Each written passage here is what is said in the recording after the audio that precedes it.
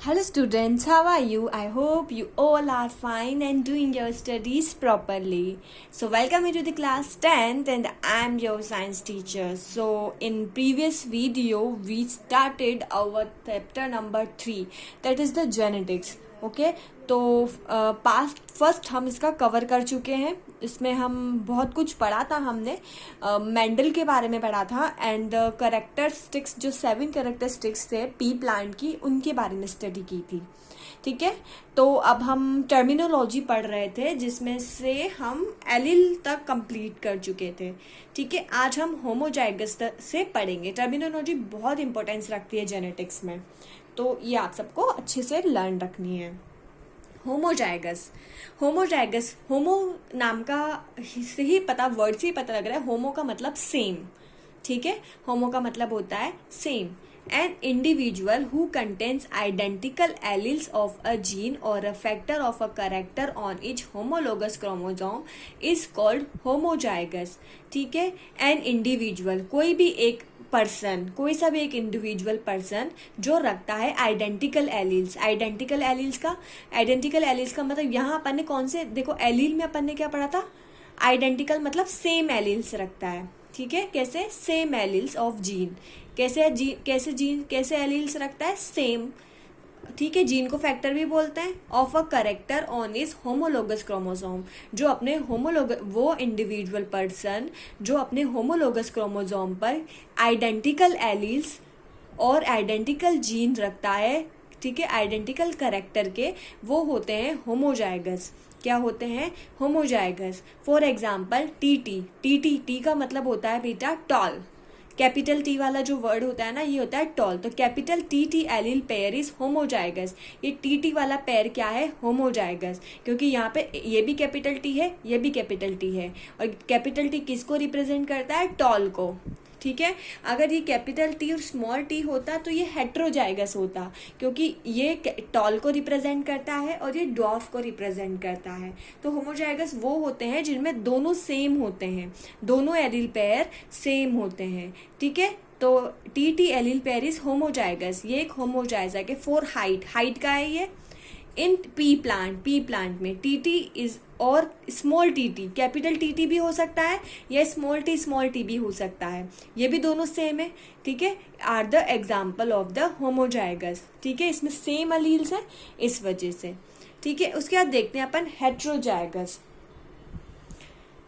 अब ये तो क्या था, an individual who contain identical alleles, और ये individual who contains two contrasting factor या फिर टू कॉन्ट्रास्टिंग एलील्स. ठीक है, of a character of different alleles. ठीक है, ये तो क्या करते हैं, सेम कैरेक्टर्स के एलील कंटेन करते हैं. मैं सिंपल लैंग्वेज में बताती हूँ. होमोजाइगस वो होते हैं जो सेम कैरेक्टर के एलील्स कंटेन करते हैं, इजी लैंग्वेज में. और हेट्रोजाइगस वो होते हैं जो कॉन्ट्रास्टिंग कैरेक्टर के एलील्स को कंटेन करते हैं. कहाँ पर, होमोलोगस क्रोमोसोम पर. ठीक है, होमोजाइगस तो वो जो होमोलोगस क्रोमोसोम पर सेम कैरेक्टर्स के आइडेंटिकल एलील कंटेन करते हैं. और हेट्रोजाइगस वो जो होमोलोगस क्रोमोसोम पर कॉन्ट्रास्टिंग कैरेक्टर के या तो डिफरेंट कैरेक्टर के कॉन्ट्रास्टिंग एलील्स कंटेन करते हैं, वो होते हैं हेट्रोजाइगस. इसमें थोड़ा लैंग्वेज डिफरेंट है, अजीब सा लिखा है, लेकिन आप ऐसे दोनों का सेम डेफिनेशन याद कर लो कि वो जो सेम कैरेक्टर के आइडेंटिकल एलील कहाँ रखते हैं, कहाँ, होमोजाइगस क्रोमोसोम पर. और ये वो जो डिफरेंट कैरेक्टर के कॉन्ट्रास्टिंग एलील कंटेन करते हैं, कहाँ पर, होमोलोगस क्रोमोसोम पर. ठीक है, इसके एग्जाम्पल पी प्लांट में कैपिटल टी और small T allele are the example of the homozygous for height, क्योंकि कैपिटल टी बताता है टॉल को और स्मॉल टी बताता है ड्वार्फ को. तो ये दो डिफरेंट कैरेक्टर हैं, किसके हैं, ये एलील हाइट के. फिर आता है phenotype. External appearance and function traits of a living organism produce due to the interaction of the genes and environment is called phenotype. Phenotype use तब लेते हैं जब हम हमारे एक्सटर्नल बिहेवियर की बात करते हैं, हमारी एक्सटर्नल फिजियोलॉजी की बात करते हैं. ठीक है, अगर हमारे एक्सटर्नल अपीयरेंस की या फिर वो फंक्शनल ट्रेट्स, यानी कि हमारे वो कैरेक्टर्स, किसी भी लिविंग ऑर्गेनिज्म के वो कैरेक्टर जिन्हें हम बाहर से देख सकते हैं, ठीक है, बाहर से देख सकते हैं, और हमारे लिविंग ऑर्गेनिज्म के वो कैरेक्टर जो एनवायरमेंट से इफेक्ट होते हैं। देखो, external appearance and functional traits of the living organism produce due to the interaction of the genes and environment is called phenotype. ठीक है, फिनोटाइप वर्ड हम तब यूज करते हैं जब हम फिजिकल अपीयरेंस और एक्सटर्नल अपीयरेंस की बात करते हैं। और इसकी डेफिनेशन क्या होती है कि एक्सटर्नल अपीयरेंस और फंक्शनल ट्रेट्स, ट्रेट्स का मतलब character of a living organism, किसी भी लिविंग ऑर्गेनिज्म के वो करेक्टर और वो अपीयरेंस जो कब प्रोड्यूस होते हैं, जब जीन का इंटरेक्शन एनवायरमेंट के साथ होता है, वो होता है फिनोटाइप। क्या? एक्सटर्नल अब किसी भी लिविंग ऑर्गेनिज्म के एक्सटर्नल अपीयरेंस और फंक्शनल ट्रेस्ट वो तब प्रोड्यूस हो जब किसी भी जीन का इंटरेक्शन क्या हो, एनवायरमेंट के साथ हो, तो वो होते हैं फिनोटाइप। फिर हम पढ़ते हैं example, tall plant can be homozygous. Tall plant कैसा हो सकता है? होमोजाइगस यानी कि दोनों सेम हो, और हेट्रोजाइगस, हेट्रोजाइगस भी हो सकता है यानी कि एक दो डिफरेंट हो। Here tallness is the phenotype, यहाँ पर टॉलनेस क्या है? एक फिनोटाइप।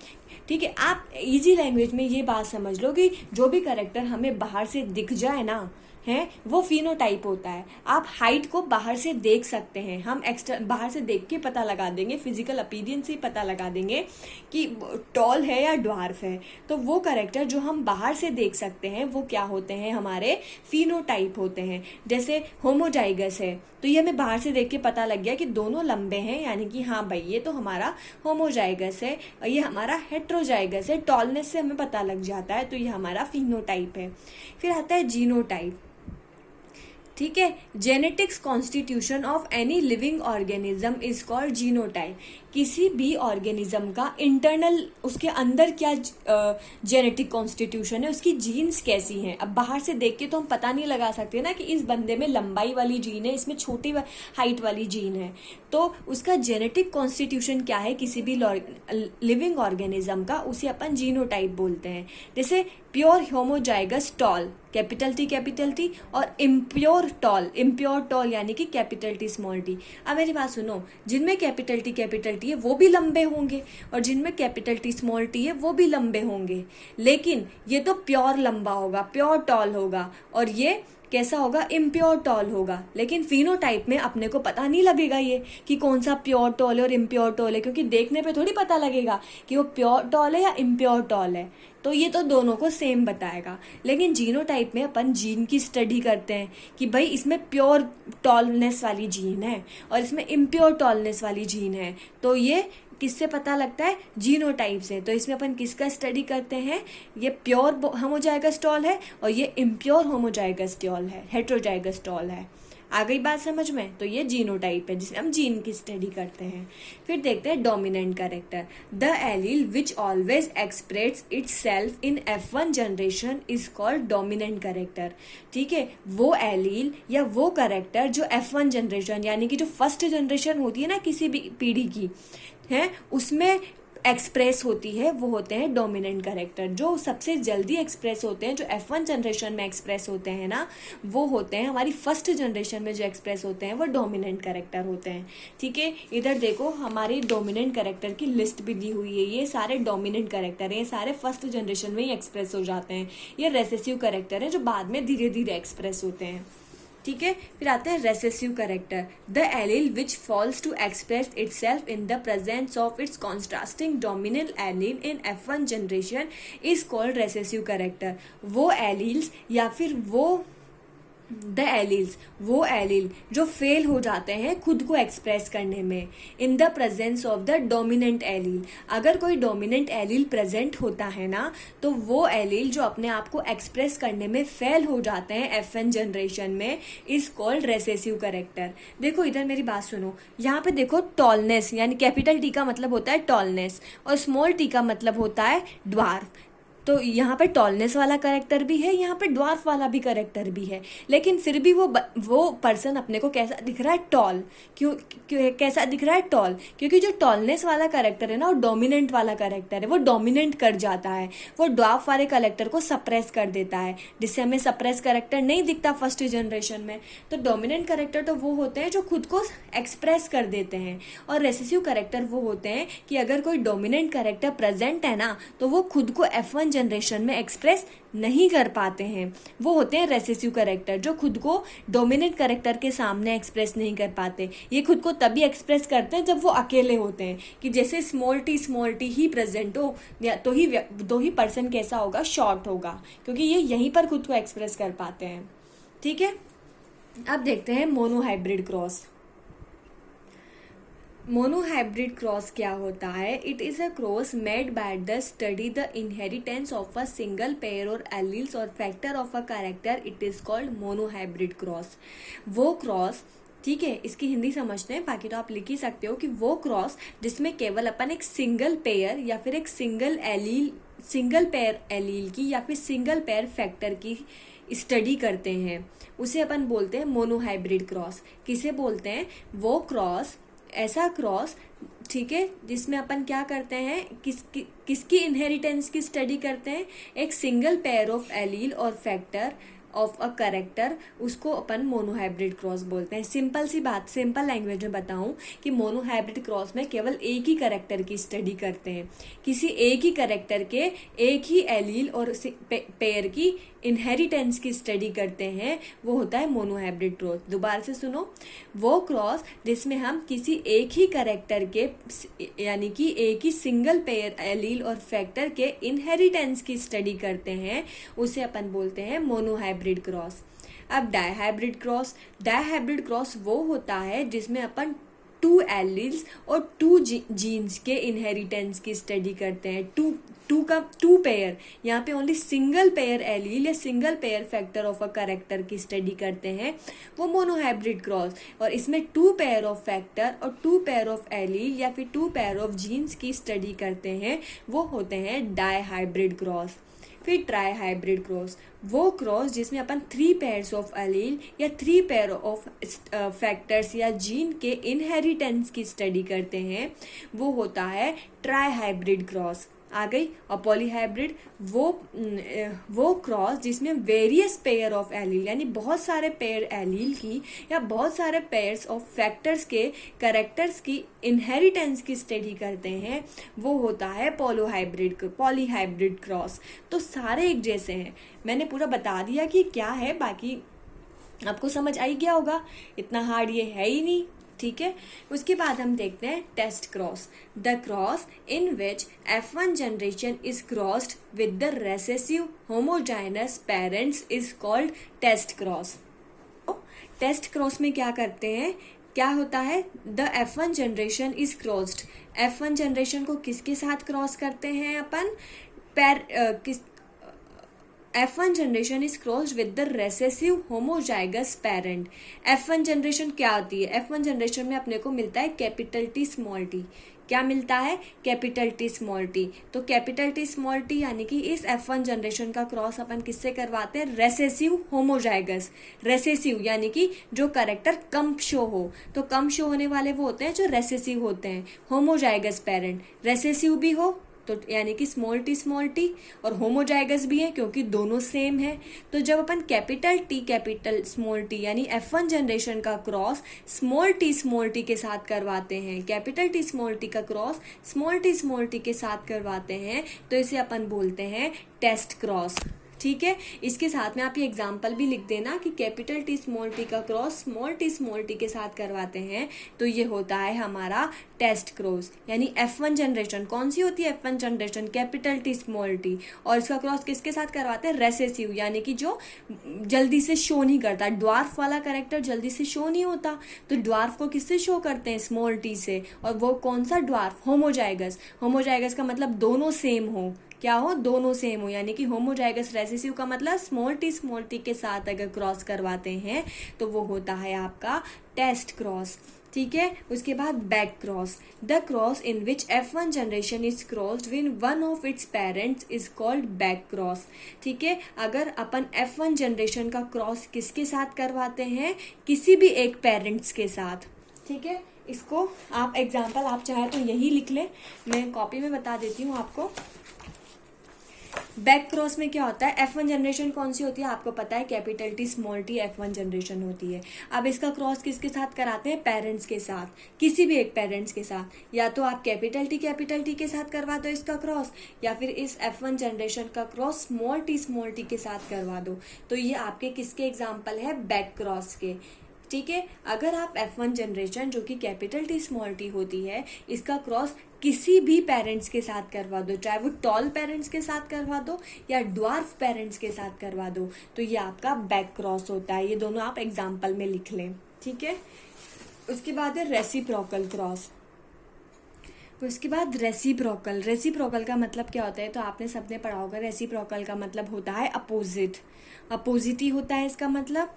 तो the cross, the hybridization in which plant A का capital T used as the male parent, while plant B यानी small T used as the female parent.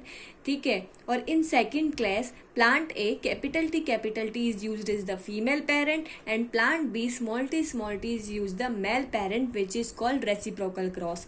आपने इसमें एक बात नोटिस की कि फर्स्ट क्रॉस में तो अपन किस किस का क्रॉस करवाते हैं, प्लांट ए को के यानी कि कैपिटल टी को आप मेल पेरेंट की तरह यूज लें, जबकि दूसरे यानी प्लांट बी को आप स्मॉल टी जो है प्लांट बी का, उसको फीमेल पेरेंट की तरह यूज लें।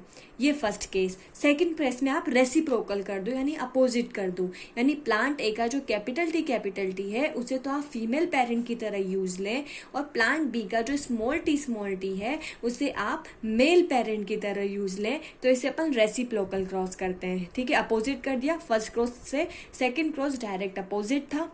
आ गई होगी बात समझ में, अपोजिट कैसे किया। ठीक है ना। अब parental generation, the plants which are crossed to get new hybrid offspring are called parental generation. ठीक है, तो वो प्लांट्स जिनका क्रॉस से अपने को न्यू ऑफस्प्रिंग मिलती हैं वो पेरेंटल जनरेशन होती है। कैपिटल टी और स्मॉल टी ये आपके पेरेंटल जनरेशन के एग्जाम्पल हैं। ठीक है, जब पेरेंट जनरेशन को क्रॉस करवाते हैं तो आपको क्या मिलता है, हाइब्रिड। क्या मिलता है, हाइब्रिड, और वो हाइब्रिड होता है आपका कैपिटल टी स्मॉल टी। ये तो प्योर है, देखो प्योर कैपिटल टी है, स्मॉल टी है। जब इनका क्रॉस करवाया तो आपको हाइब्रिड मिला, और वो हाइब्रिड है आपका कैपिटल टी, इसका कैपिटल टी आ गया, इसका स्मॉल टी आ गया, तो अब ये इम्प्योर हो गया, हाइब्रिड हो गया। तो ऑफस्प्रिंग,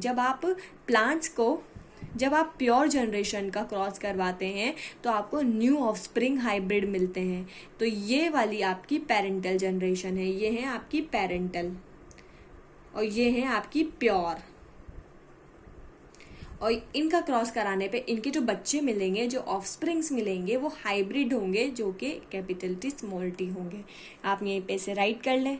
चलो अब हम नेक्स्ट वाला देखते हैं, 17th। बहुत इंपॉर्टेंट है ये, है ना, अच्छे हैं। The first generation produced by the cross hybridization between genetically different individual और पेरेंट्स। F1 जनरेशन किसे बोलते हैं। अभी मैं आपको सबको बोल रही थी कि F1 जनरेशन, मैंने बताया भी अभी आपको कि F1 जनरेशन कौन सी होती है, कैपिटल टी स्मॉल टी को आप F1 जनरेशन बोलते हैं। ठीक है, तो F1 जनरेशन क्या होती है, द फर्स्ट जनरेशन, वो first generation which is produced by cross hybridization, जो किसके हाइब्रिडाइजेशन से प्रोड्यूस होती है, टू जेनेटिकली डिफरेंट इंडिविजुअल के क्रॉस हाइब्रिडाइजेशन से। वो जनरेशन जो दो डिफरेंट जेनेटिकली पेरेंट्स के क्रॉस हाइब्रिडाइजेशन से प्रोड्यूस होती है। अभी मैंने बताया दो जेनेटिकली डिफरेंट कैसे, कि ये तो टॉल है और ये ड्वार्फ है, तो ये दो जेनेटिकली डिफरेंट पेरेंट्स हैं और इनका कराया आपने क्रॉस हाइब्रिडाइजेशन, तो आपको मिलता है कैपिटल टी स्मॉल टी। तो ये कैपिटल टी स्मॉल टी ये आपकी F1 जनरेशन है। क्या है, F1 जनरेशन।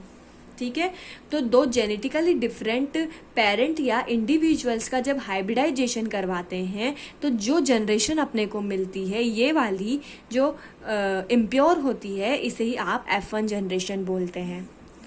ठीक है, उसके बाद अपन देखते हैं F2 जनरेशन।